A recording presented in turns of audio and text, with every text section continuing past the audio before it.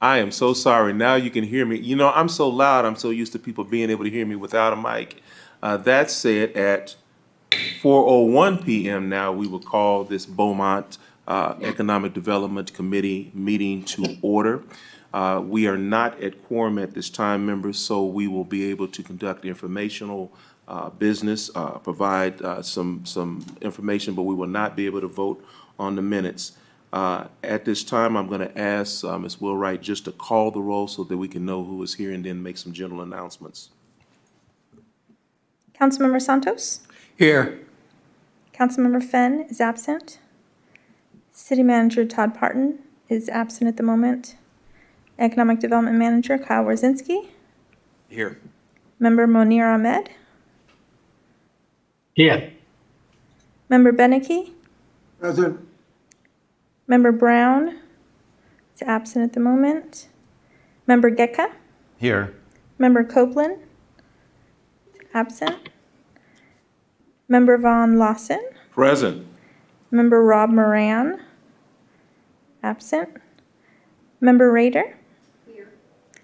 Member Vince requested an excused absence.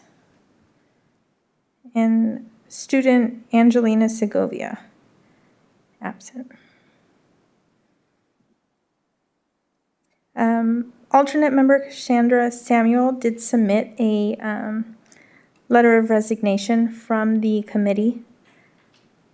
But we do still have alternate member Trina Fregoso, which I show absent. That's it, Chairman. Thank you so much. We still need one person, but at this time, I'm going to humbly ask Member Getka to lead us in the Pledge of Allegiance, please.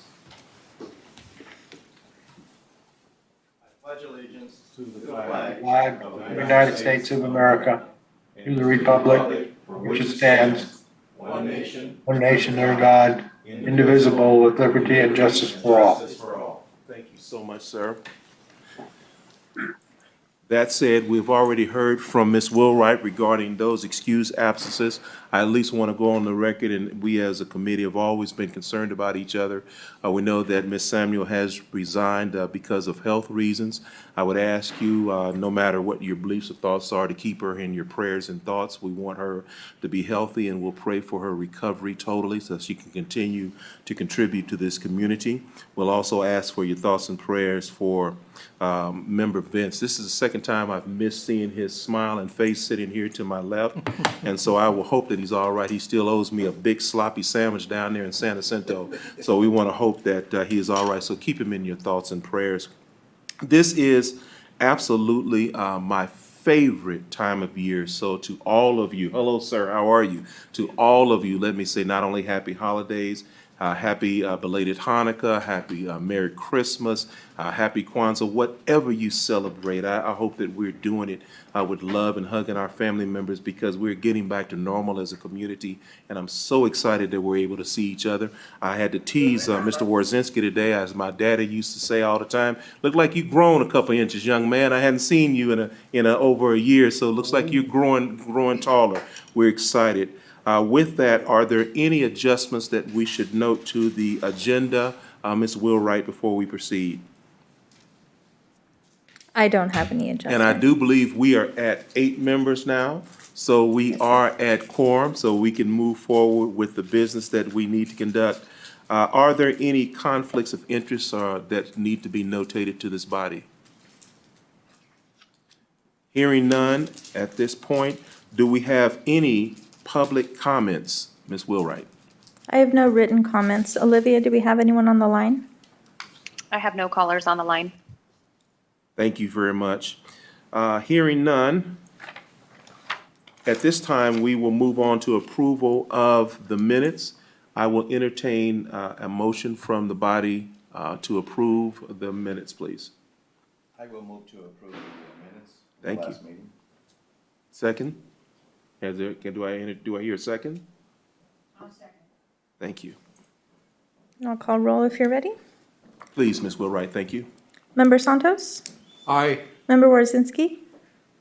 Yes. Member Ahmed? Yes. Member Beneke? I abstain. I don't think I was at that meeting, so I'll abstain. Chairman Lawson, Yes. Member Raider, Yes. and Member Copeland. I have to abstain as I was not present.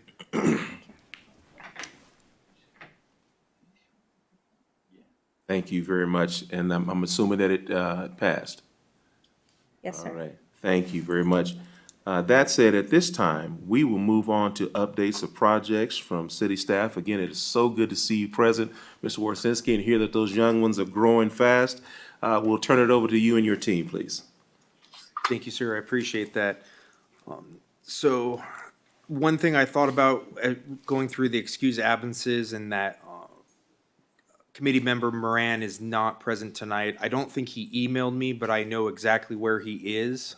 So he is at the International Shopping Center Council Convention in Vegas with many of my colleagues and a majority of the major retailers and developers across the nation. So that conference ends today. It started on Monday. So that's the ICSC conference, the Recon Conference that typically agencies attend. Our city chose not to attend this one, which was really a delayed or postponed event from May of 2021. Annually, that conference does get held in Vegas each year. It's typically in May. This one was postponed due to obviously the pandemic. We made a concerted effort and went through the pros and cons of attending this. And based on the projected attendance and some other items that had come forward, staff chose not to attend this reiteration of the conference, but we will be attending in May. So we're really gearing up our efforts for the hopefully post-COVID large conference. The attendance at this one was very low compared to prior years. The city was represented at the conference by our retail consultant, which is the retail coach, and I've been getting daily updates, or sometimes yesterday was even 2 times a day updates on kind of what activity level they're seeing, what interested retailers in businesses they were engaging with on behalf of Beaumont, because obviously they're in attendance representing multiple clients, but in terms of people that are looking at the Southern California region or the Inland Empire region, they're really our go-to in terms of being at Vegas this year. So got a decent amount of interest from a couple people. Some showed up and provided contact information for some follow-up meetings, so we'll be having those with interested parties. And they were also laying some groundwork for developers who were looking for land to then go ahead and work with retailers or service-based businesses once they acquire property. So that's pretty exciting. So I know Rob is there. My guess is he's probably not watching us, so if I said hi to him, he's probably not tuned in, but I'll definitely let him know that he was dearly missed. The other thing I wanted to do is, Nicole, for the record, Carrie Mendoza, the Administrative Service Director, is here on behalf of Todd tonight. Okay. So that counts as another person Okay. in the event that committee member Coblin needs to leave early. He does. Okay, so I'll keep my presentation brief so that you can hear a majority of our key presentation for tonight. Major other projects don't have too much going on in terms of what's going on out there in the community. We are receiving a good amount of interest from retailers and businesses. I would think that one of the larger challenges that I'm facing currently right now is you have the corporate entities or the larger entities that are looking at new commercial space, right? So those are fairly easy because we work with the landowners and the developers that own the property. Let them work out the lease negotiations. So if something doesn't come to fruition, there's not much we can do regarding that. But what I have seen is an uptick in smaller quasi-upstart businesses, or maybe a mom and pop business that has one location elsewhere and wants to put one here, and they're looking within my department for space, commercial space within the city. And I think they come to me after they've exhausted the tires on their vehicle by driving through the commercial corridors of town. And I tell them, well, the reason you didn't see any is because there's really not that much out there. We currently don't have many storefronts that are sitting there vacant, and you'll see that if you drive up and down Beaumont Avenue or Sixth Street. Throughout our city is we just don't have those vacancies. Some vacant buildings that we do have need structural modifications because they were built prior to anywhere close to the existing building code. But some were even built prior to seismic retrofits and seismic requirements on buildings. So with those buildings, there's a large challenge that the upfront cost in order to occupy or habitat one of those buildings is fairly intensive for a mom and pop business. So that's kind of the rumblings on really what we're seeing out there in the community at this point in time. But we do have some interest from businesses looking at this downtown area. So we'll be looking at ways to hopefully be able to help those people out if things work out. So that really concludes my report. Carrie, do you happen to have any major project update on behalf of the city that I missed? No, I haven't even had a chance to talk to you, but I know Kyle's had an idea about running you around the city for different ideas. We were talking about a certain building in particular, but we were working with the Finance and Audit Committee earlier today on another issue, and just a general discussion about city boundaries came up. And it just kind of went into what's going on in the city and what's being developed and what's vacant and what's available. And we actually started kicking around your idea of a tour, if you will, and dividing all the committees, yourself, finance and audit, into small groups so we don't violate the Brown Act. Throw you on a bus, we could do 3, 2, and 2, and those sorts of things, and throw you on a bus and run you around and kind of run through the boundaries, because when you hear things from LAFCO and different entities, sometimes it's nice to know what area of the city we're talking about. So talked about maybe going on a tour, even seeing the wastewater plant and the expansion. I know council recently did that. I was down there for some benefits meetings last week, and it's just changed tremendously just in the last 6 months since I was down there. So those sort of things, just so Kyle's concept, but kind of going larger scale to where we're talking, so where are the city boundaries at?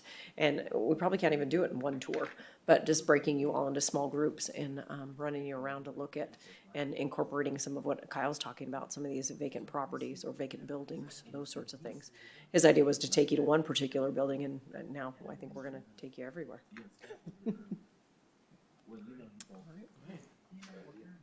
Thank you very much. Are there any questions for Mr. Warsinski or his team, please? I have one. Yes, sir.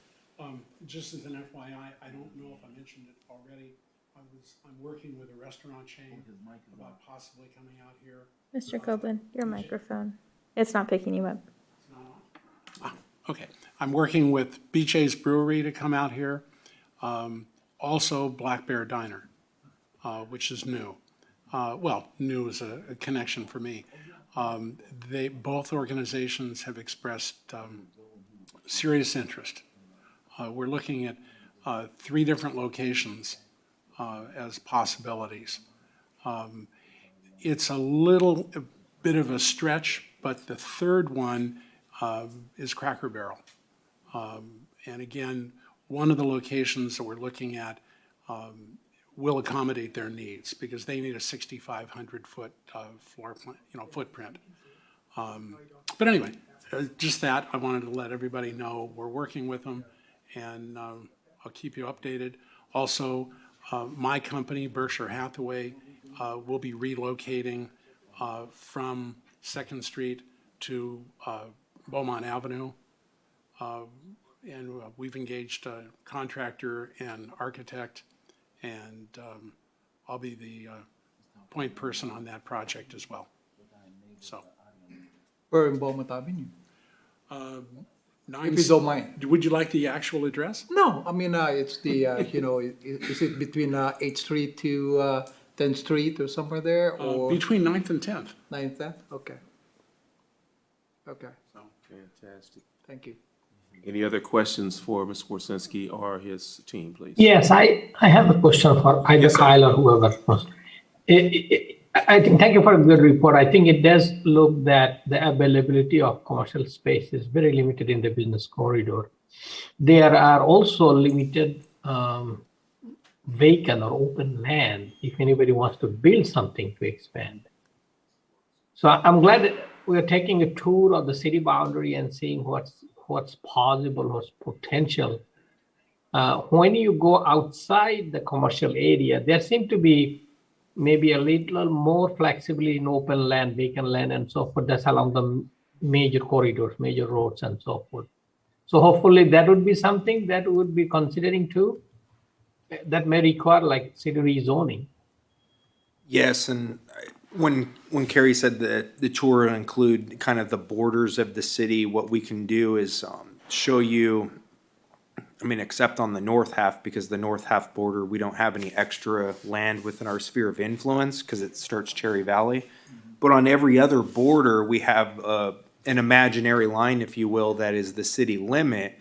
But right on the other side of that city limit is what's called our sphere of influence, in which that represents land that's currently in unincorporated Riverside County that if it was to annex to a city, has been identified that it would be most logical to annex to our city.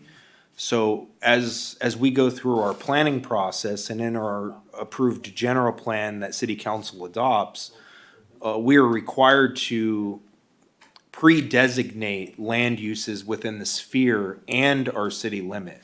So on those fringe areas, we can also provide you an update on what that designation of those properties are.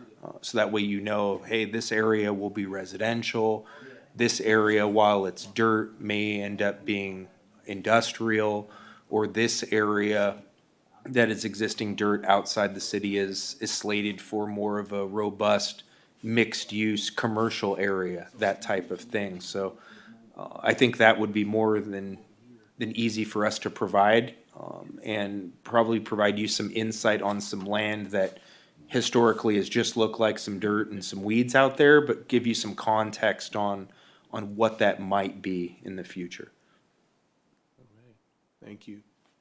Additional questions or comments for Mr. Warsinski and his team? I did have a Well, I would just like to chime in a little bit on the tour idea. I think that's a good idea.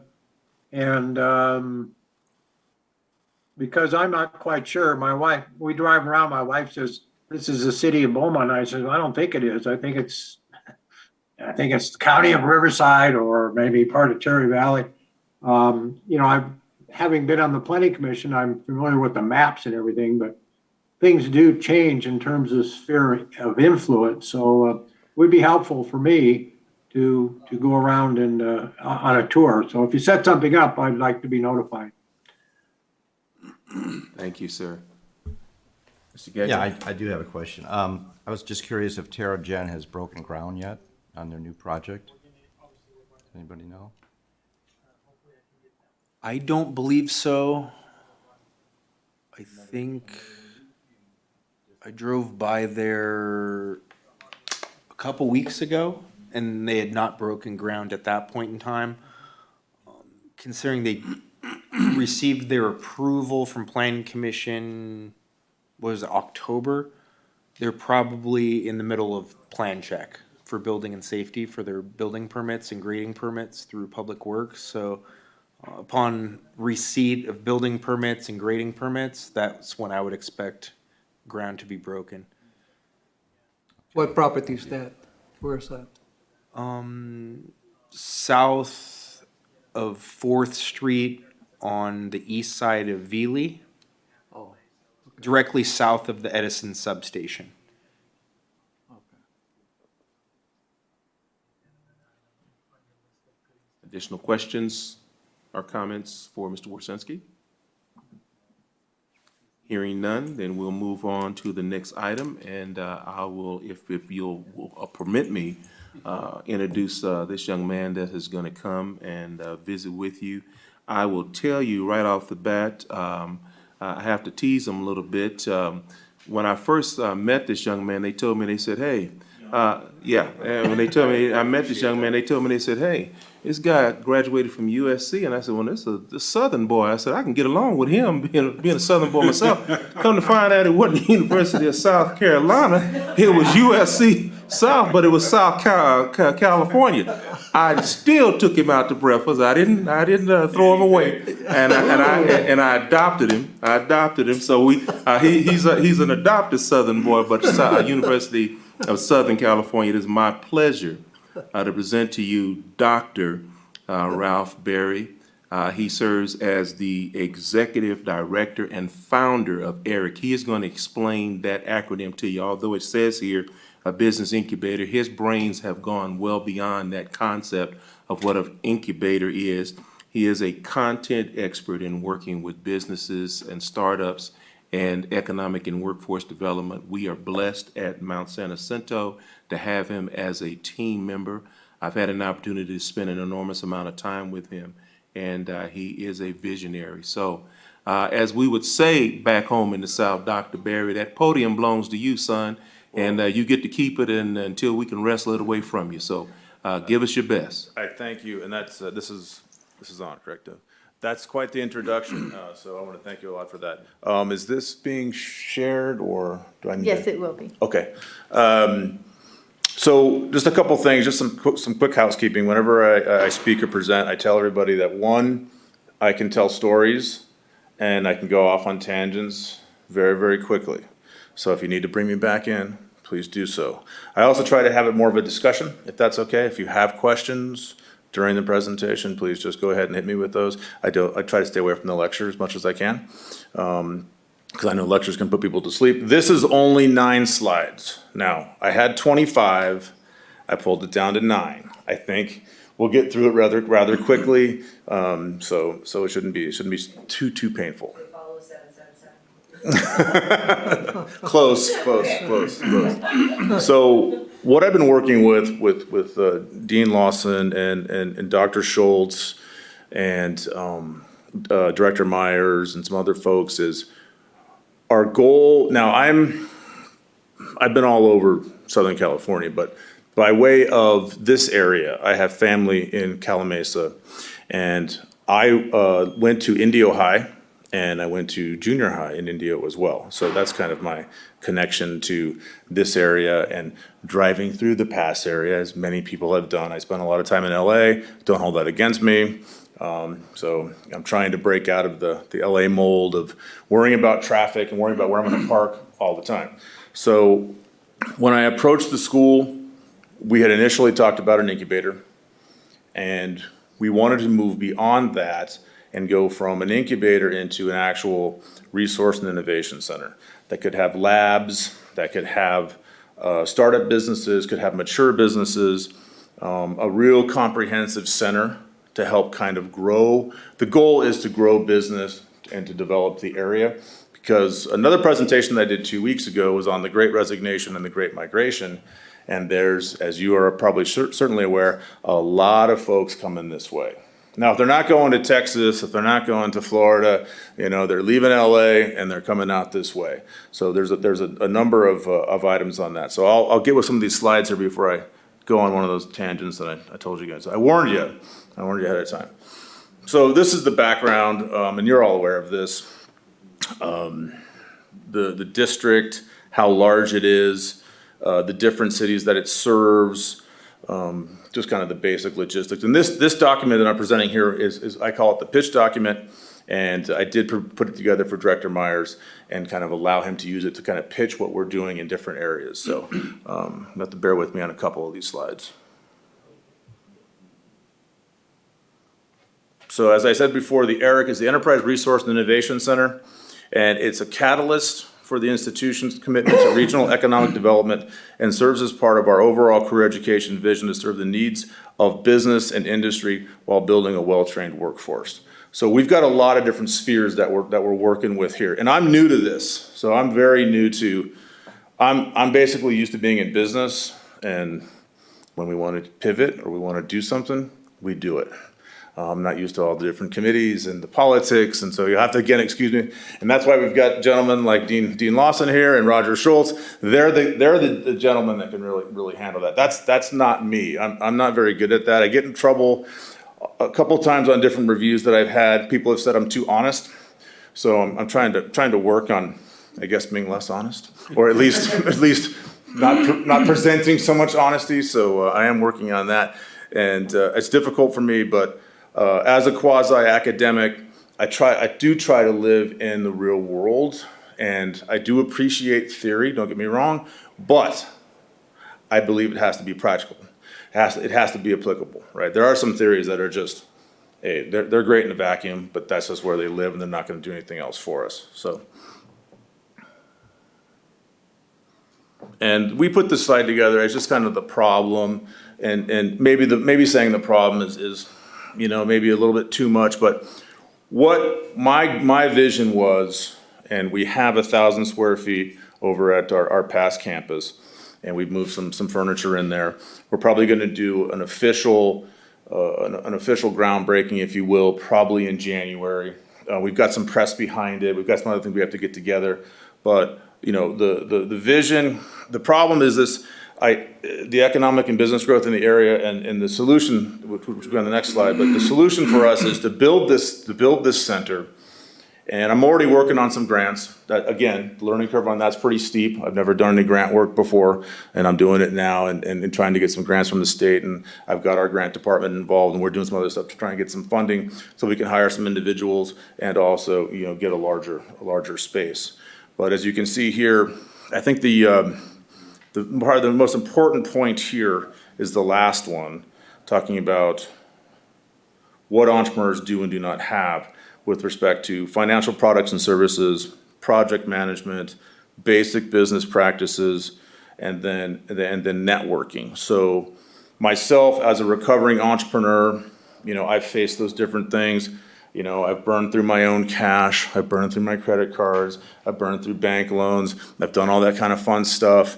And I think from the 7 businesses that I've been involved with one successful exit, all the failing that I've done is what I think can really benefit entrepreneurs in this area. I can say, hey, that's probably a bad idea. I did that and this is what happened. Now, I may not have the best idea, I may not have the right idea at the time, but I think I have a good idea of what not to do versus what sometimes to do. So that's kind of what we're bringing to the ERIC. And so at this point, I'll just say, are there any questions on what's been covered so far? Anything that? Dr. Berry, I know that you didn't like the title of that last slide, but I read through it, and every single one of those is something that I deal with on a daily basis. I mean, they're not calling me suggesting they have those problems or those issues, but that's in real time what I'm witnessing or I experience is that you have.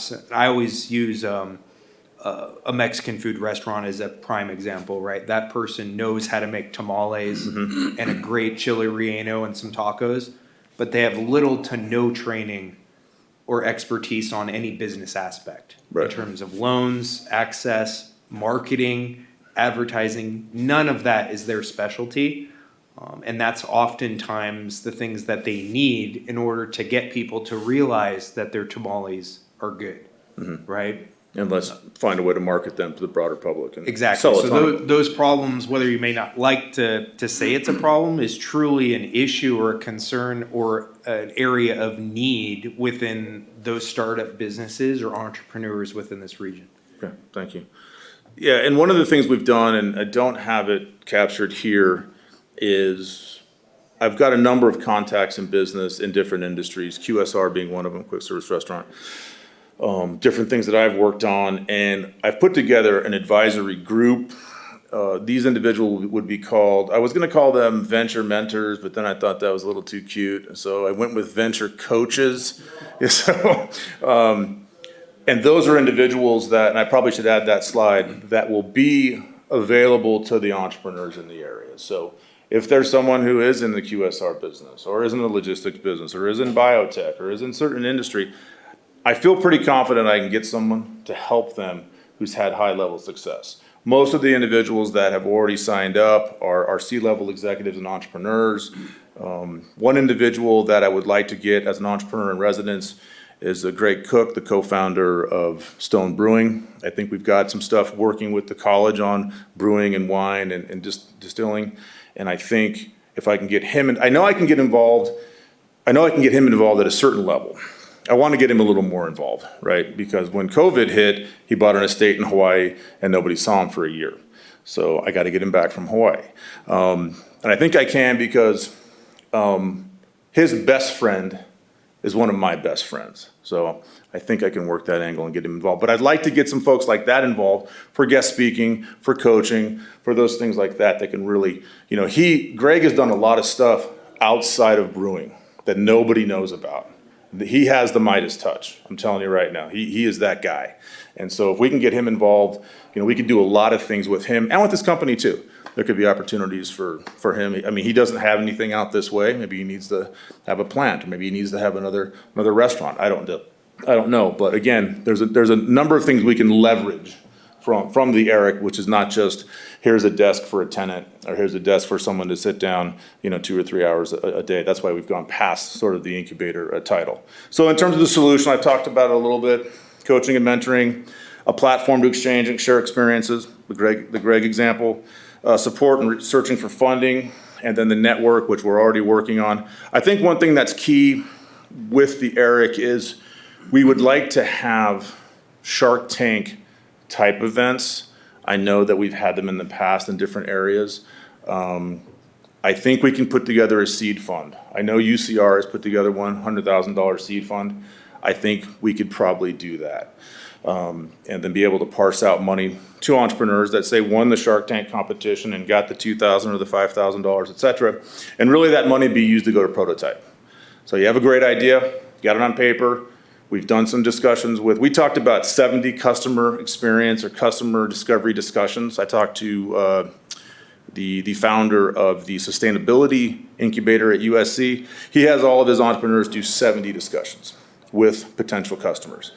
I've talked to other folks that say 50. I was thinking like 10 or 20, but other folks have said 100. So I'm thinking probably 50 to 70 is probably where you want to be, right? But if we can get people to do that, and we can get it into beta, get the idea into beta, and then with our maker spaces and our printers, which I think are going to be plastic and metal, I think they'll be printing in both, we could take a student and get to prototype. I talked to an entrepreneur a few months ago. He had a pretty interesting idea in the medical field, but for some reason, he didn't want to go to prototype, and I don't know why. So I said, look, I can't help you anymore at that point. So we got to get folks to prototype. So, let's see. And then we've talked about this a little bit. This is just a solution: continued exposure to other professionals.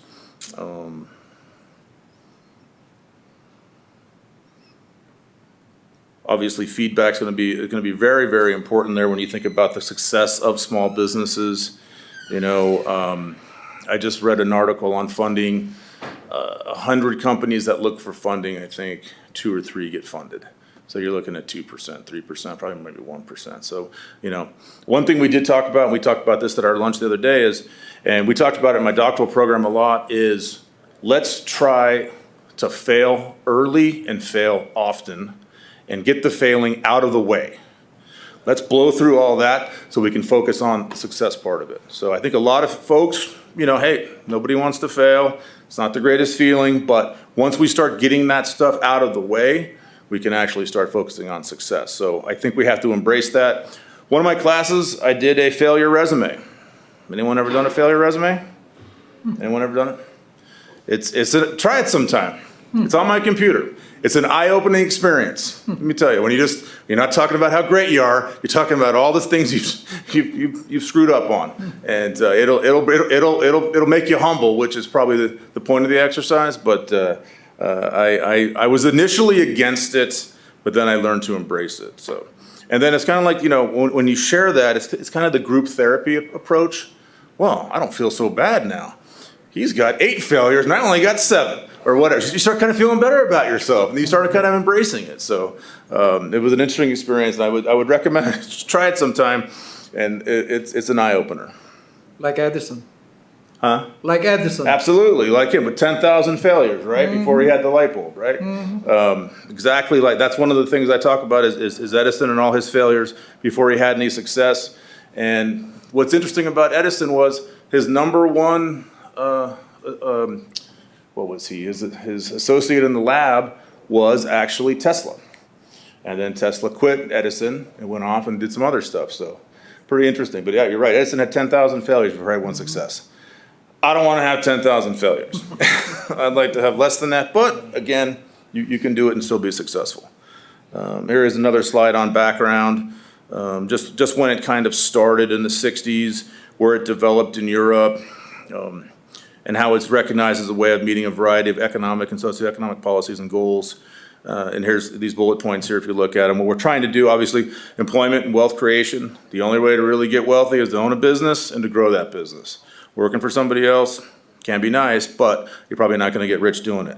We're also very much about increasing diversity and inclusion for underrepresented populations, to bring them into the fold and to help them with wealth creation. Support for small firms, transfer of technology, innovation is probably, and maybe that bullet point should be higher. Innovation to me, that's really what I'm about. If you were to ask me what I'm really, truly, a lot of people like working with entrepreneurs and like doing this and doing that. I am a giant fan of innovation. I absolutely adore it. It's the one thing that I like, even just going into the 7-Eleven and looking at the beverage door and just looking at marketing and just looking at all the different items that are in that door and how they're different.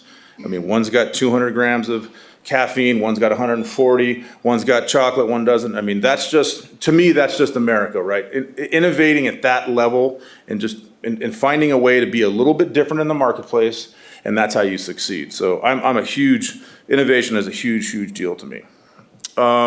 We are trying to figure out how we're going to sort of align ourselves, if you will, with four-year schools.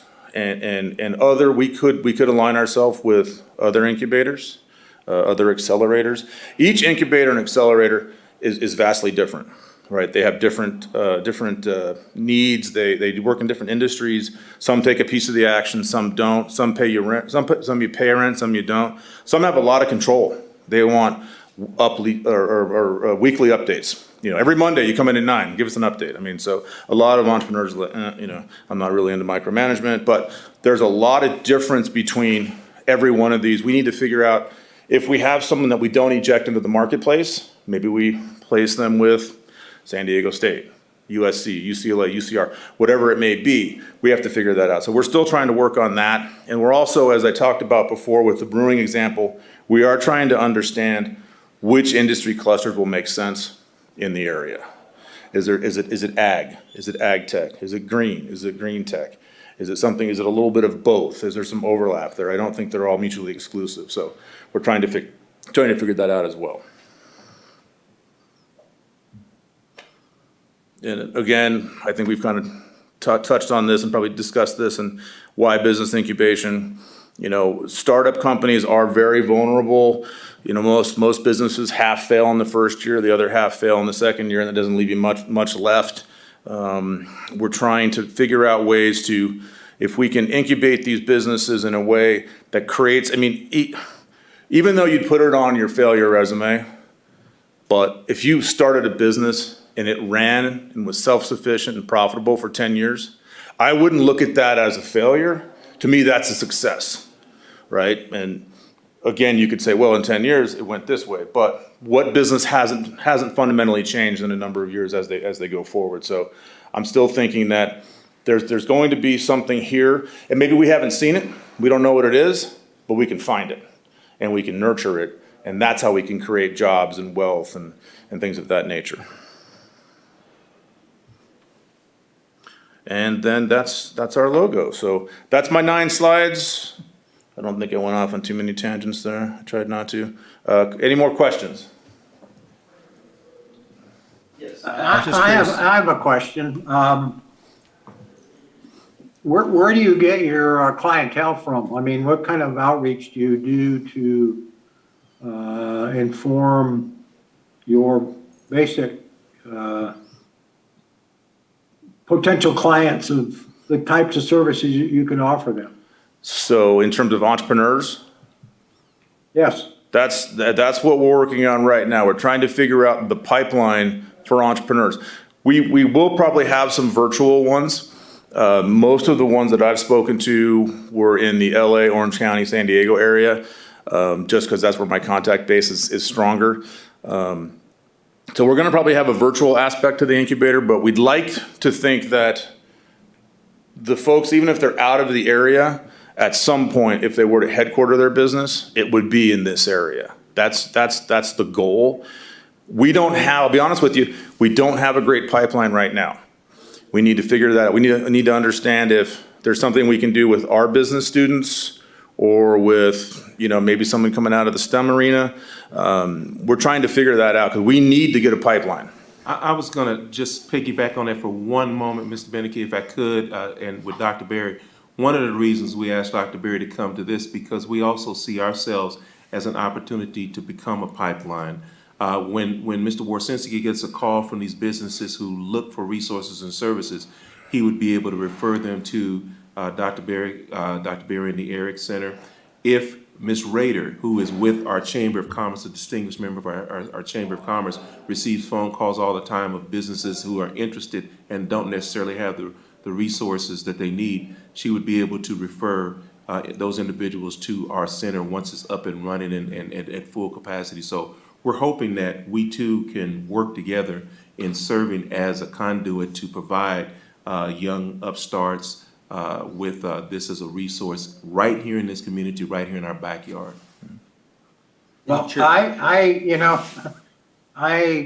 kind of, I tried the entrepreneurial adventure and not knowing much, I had my failures too. I could write my own failure resume.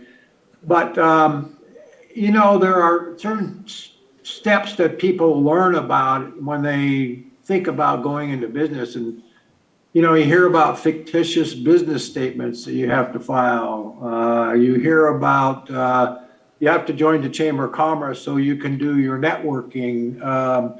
You hear about, we have to get a business license from the city that you are going to be opening the business in. To me, those are all truths, number one. And number two, they also present an opportunity to mine some information, i.e. get information to this type of program, which could be very helpful for entrepreneurs first starting out. I mean, those are great leads. About every city has some kind of, a chamber of commerce. A lot of them, most require business licenses. The fictitious business statements, kind of a legal requirement if you're, running a business under a name that's not really your name. But anyway, those are just three areas that could be mined for getting people into this type of program that would be very helpful for them. Thank you, sir. Mr. Getka, I believe you had a question.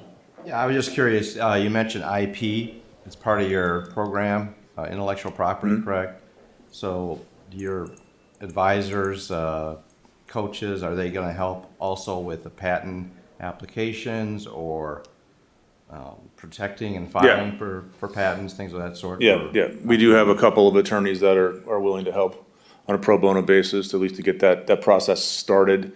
We haven't thought a ton about IP, honestly, right now, because we're still trying to figure out what segments of industry we want to be in. Obviously, some are a little heavier on the IP side, but if that does arise, we're gonna look to help to protect that, because a lot of the accelerators we could put somebody into, that's a big part of what they're looking for, and a lot of times it's a pre-revenue, pre-business type of sale. I mean, if you've got IP that somebody really, really wants, they may give you a piece of the action, take a piece of the action. They may manufacture it, sell it, licensing agreements. So IP is huge, especially with some of the bigger 4-year schools. A lot of their accelerators, they don't call them incubators at that point. Once you're past that stage, they call them accelerators, and that's all they're about is IP. So we're aware of that. We're going to be working with that. So Fantastic. Ms. Rader? Well, I gave Kyle a copy of a business card of a business that's struggling right now. and he can't even afford to pay his business license. Is that someone that you're looking for, or are you just looking for students that are already in college, or? We could probably take a look at that. I mean, we're not just about the school. We are about the region, and entrepreneurs that are outside the scope of the school. We are focused on the school, but certainly outside that we can do that, so, yeah.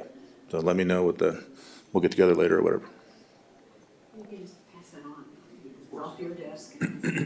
Well, I'll definitely follow up on it as well, but yeah, I can definitely talk to Dr. Barry offline about it, and then if anything else comes up, and how long ago was it when we first met? 8 months ago, some sort, so. I'm old, I forget stuff. At that point in time, the ERIC was just a concept, right? It was Yep. something that San Jacinto was really considering, had not been formalized. Dr. Berry had not been brought on. So now, fast forward to today, it's a formal idea. They're moving forward with it. Dr. Berry's on staff, and he's assembling his resource team in order to help those things out. So as they continue to grow their operation, that provides a lot more opportunity for the city of Beaumont and then possibly others within this sub-region to work hand in hand with them on these types of things and others. And possibly look for other things that could work in tandem with you guys as well. Absolutely. In my experience, the pipeline for entrepreneurs is one of the hardest to identify. Very easy to identify small businesses that want to do certain things like retail or things like that, because they come out of the woodwork, they'll call us and those types of things. The lady or the guy at home that's creating a prototype in their head, right? They have this great idea on how to innovate something and create a need for society with something that doesn't exist yet. The city is the last place they think about when they wake up or before they go to sleep. They're solely focused on their trade, on their concept, and it's been very difficult for us to find those people because the last thing they think about is that we are there in order to help them. The schools have a better way at bridging that gap because that innovation and creativity mindset is really fostered through the educational system. So people that are at San Jacinto or at some of the universities within the region and might be in business school or they may be in med school, but they're thinking about a device that doesn't exist that they want to create. That's stimulating their process. So they're more inclined to link up with that educational establishment and look for resources than they are for the city. But that hasn't stopped me in the past in terms of trying to find them. And we have our own programs in order to do so, although they typically are done in person, so we didn't do many of them last year. But coming January, I think we're gonna be kicking some of those off into full gear again to see if we're able to find them. And now this year, it'll be even more exciting because now we have a partner with San Jacinto in which not only is it I find them and I'm sending them to another incubator outside the sub-region, but we can hold them within this area Yeah. as well. Thank you. Additional questions for Dr. Berry or additional comments? Oh, I'm Councilperson curious, I'm Santos. curious too. I do have a question. I'm sorry, go ahead. Councilperson Oh. Santos. I have a quick, comment on this. I mean, that was a great presentation. Oh, thank you. And the thing is, the way I see it is the city itself. I mean, I think we have to have a program how we could start a small business. And I haven't seen it in the city. I mean, now I have to jump in on this. I mean, what's this? I mean, one is the how to start a entrepreneur business in here, and he mentioned about and also one of our part of the board is to how can you get the license and all those things. I think if we will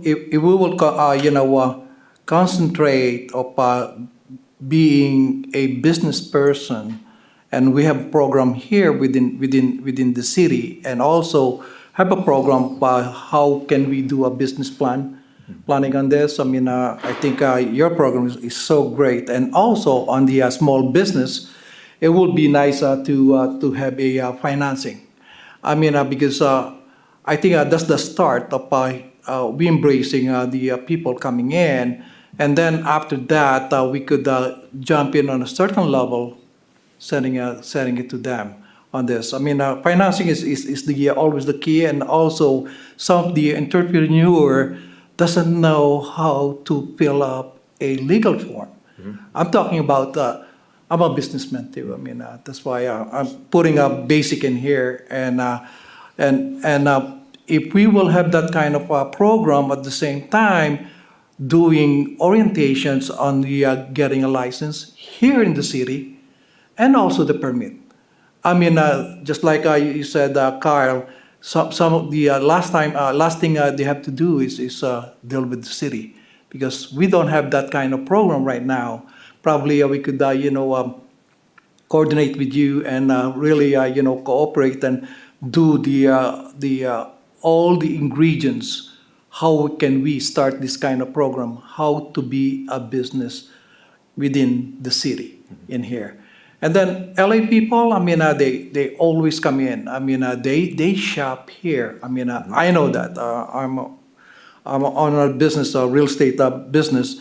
At the same time, prior to that, I do import-export. That's why when you have a program, I attended that. I mean, on your business, on the import-export, I was impressed on that. I mean, and it's now here in Riverside. And I think if we will cooperate and work together, especially with the Chamber of Commerce and with your help, I mean, I think if we launch this kind of a program here in Beaumont itself, I think we will progress on this. I mean, let's open up the small business, how to be a small business, like the Shark Tank or something you're talking about. I think that will play around within that program. I haven't seen it in our city on this. I mean, this time I will get involved more. I mean, especially this coming year. I mean, why now? I think I heard a lot already, and then we have to do something. We have to step up.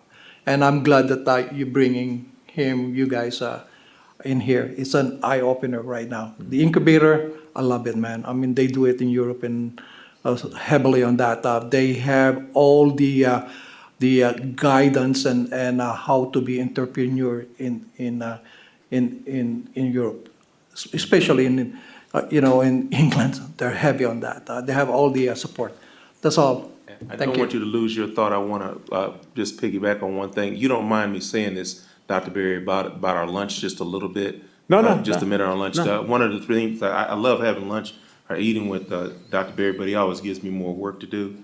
And we had lunch just yesterday, I believe it was, Monday, yeah. with he and the president. And to speak to what you said, Councilperson Santos, and I want everyone to know this as a resource, the charge that was given to me going away from that is that Eric is going to offer, and we'd be happy to partner with City of Beaumont, partner with Chamber, those type of things, but they're gonna offer a series of mini courses that are basically entrepreneurship 101, if you will.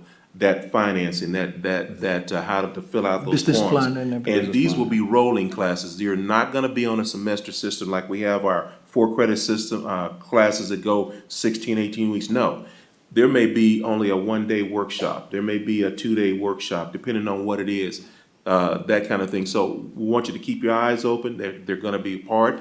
Dr. Bear's giving me that charge. I'm actually pulling our entrepreneurship program, our credit program, and we're pulling out all of the components from that to design and develop the curriculum for this. Dr. Bear is giving me a 2-week window, and I told him I'll be happy to do it. And so we're excited about what this could mean to this community and others. So keep your eyes open. You hit the nail right on the head with that, that we need these short-term trainings, not 4 credit, not 18 weeks, not months. Good. Folks have to make decisions immediately, and they need help.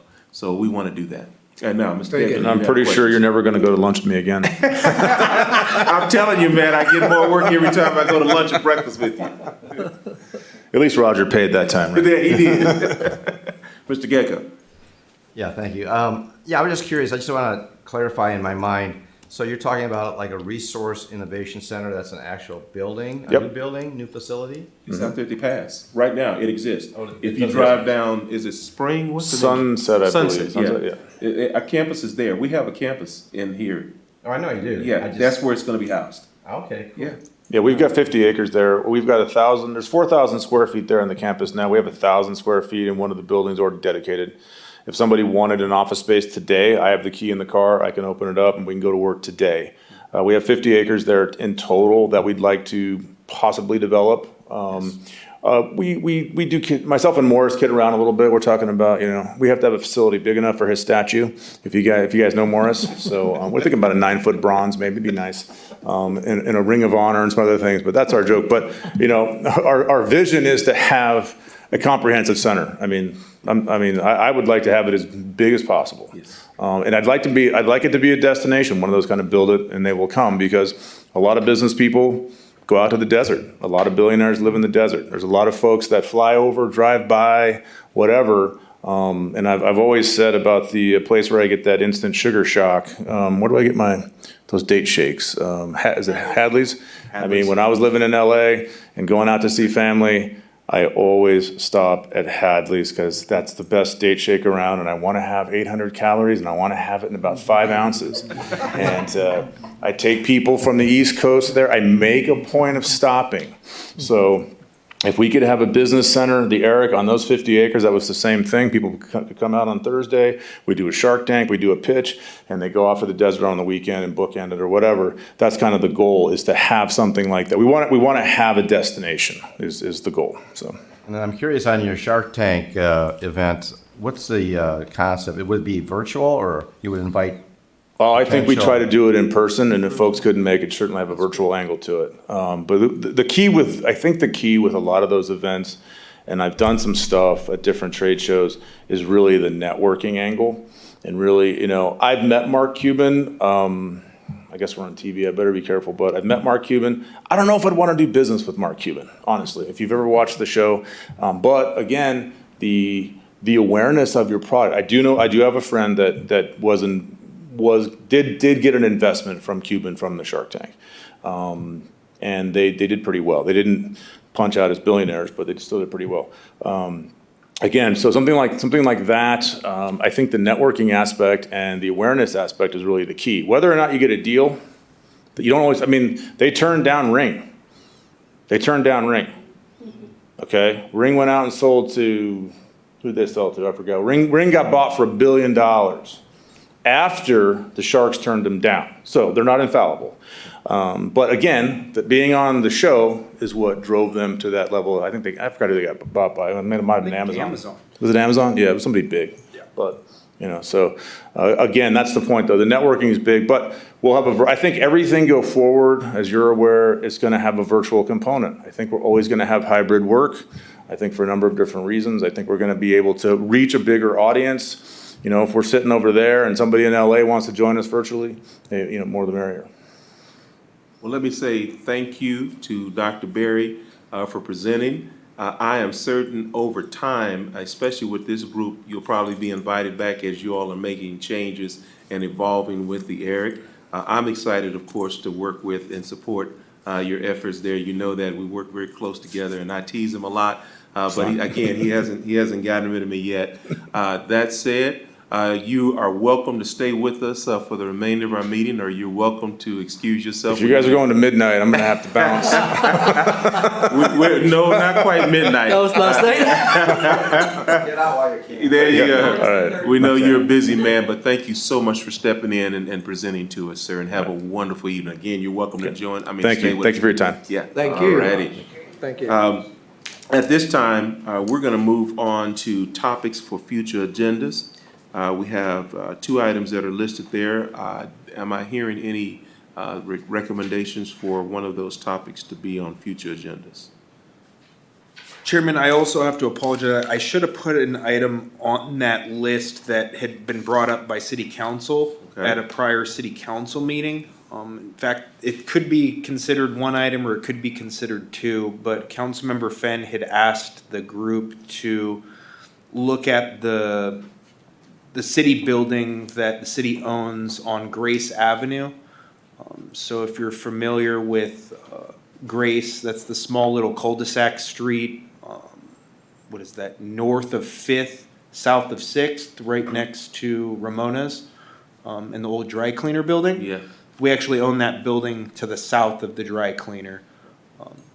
So the city currently has a lease with a tenant within that building, but Councilmember Fenn had requested that the EDC look at that building and potentially come up with ideas on how the city might best utilize that structure. Got it. And then as a add-on to that, and it could be a separate item or it could be the same item, is to review other city-owned properties throughout the city limits. So I will be bringing that back to a future meeting. Absolutely. Thank you, sir. Any other thoughts in terms of the topics that are listed now, including the city building on Grace Avenue and the review of other city properties for future discussion? Now, as we know that Ms. Warsensi is going to bring this because Councilmember Finn has already indicated that this is something that we'll discuss, we can imagine that those two items are going to be on future discussions and in reviewing. So any other thoughts? Hearing none, at this time, we'll ask for any reports. As members, do any of our members have reports that they'd like to make? Yes, absolutely, Ms. Rader, we're We excited. always have the Tis the rainbows season. and the unicorn report. Tis the season. This isn't a chamber project, but Winter Wish does office out of the chamber offices, and they are wrapping up their program right now. Hopefully all of you know what Winter Wish is, but this year they had over 650 children. It's the most children that they've ever helped in the past. So it's been interesting to watch the process. On January 14th is our next Good Morning Beaumont, and we will be we're having someone speak on emergency preparedness for business. And then I think everybody but Carrie got an invitation to the installation and our Citizen of the Year, which is Vince and Kathy Conway. They do many things within the Pass area, but mostly they're known for their work with Carol's Kitchen. So hopefully all of you can come on January 27th. Thank you so much. Additional reports from members? I know that I don't have one because I think we had a good one here from MSJC. Hearing no other reports, at this time, we will move for adjournment. I'll entertain a motion. So move. It has been moved and properly second. I do believe we don't have to call the roll for that, Ms. Wheelwright? Yes, All right, with that, at exactly 5:04, the Economic Development Committee for the City of Beaumont is adjourned. And please have a wonderful holiday. If I don't see you again, be blessed, stay safe, hug your loved ones until you get on their nerves. And remember that calories do not count in December. That is what Santa told me, and I believe it. So absolutely enjoy yourself. It's been a blessing. We will. Happy See you, holidays, Mr. everybody. everybody. See you in 2022. I cannot wait. Merry Christmas, everybody. Yes, sir.